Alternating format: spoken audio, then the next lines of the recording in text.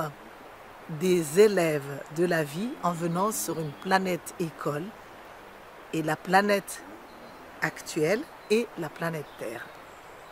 Pour la plupart d'entre nous, nous n'avons pas été que sur la planète Terre.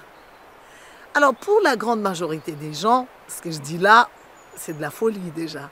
Mais pour les êtres déjà clairvoyants, les médiums, qui voient les auras, qui perçoivent les formes pensées des gens, qui voient ces personnages intérieurs, je fais partie de ces êtres.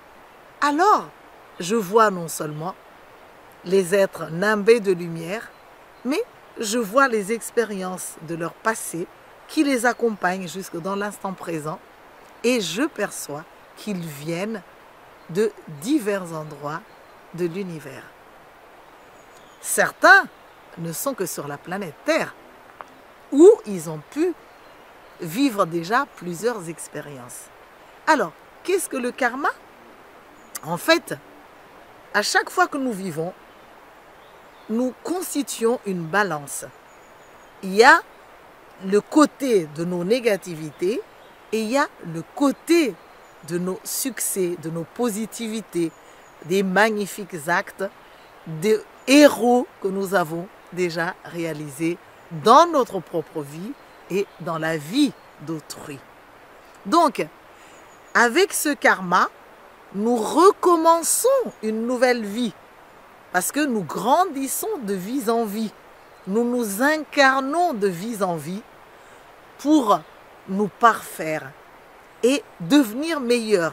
Et pas meilleurs du style, meilleurs dans la tête, c'est beau, mais devenir des êtres d'amour, des êtres de pur amour. Donc, ce karma nous inspire à faire mieux, ce que nous n'avons pas réussi auparavant. Mais ça ne signifie pas une punition, parce que beaucoup de gens pensent que c'est une punition. Et en plus, comme ils pensent que c'est une punition, ils pensent que c'est une obligation. Et du coup, ils sont même malheureux quand ils voient des gens négatifs, apparemment avec des mauvais karmas, et qui pourtant s'en sortent et sont en bonne santé. C'est ça qui montre que le karma n'est pas une obligation. Nous pouvons toujours remettre à demain ce que nous pouvons faire aujourd'hui.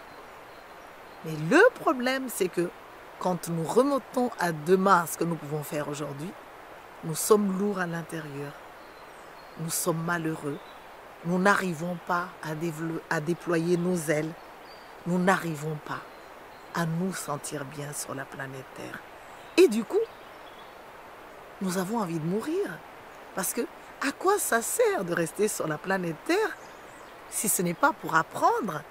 À quoi ça sert de rester sur la planète Terre si ce n'est pas pour vivre de mieux en mieux, épanoui dans une belle lumière et dans la plénitude?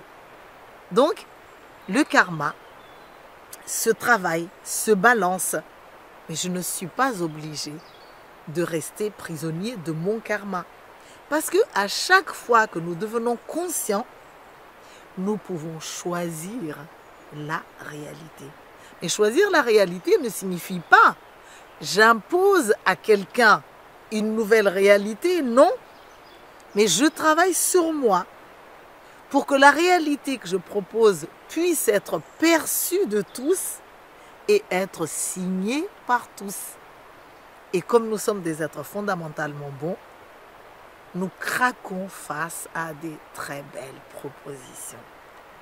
Et nous sommes tellement des êtres d'amour que lorsque nous percevons les objectifs d'un être humain, un objectif grandiose qui consiste à nous élever ensemble, à tourner la page du passé pour ne pas rester prisonniers, pour nous réorienter vers l'instant présent où nous allons vivre merveilleusement bien en tenant compte de tout dans le respect.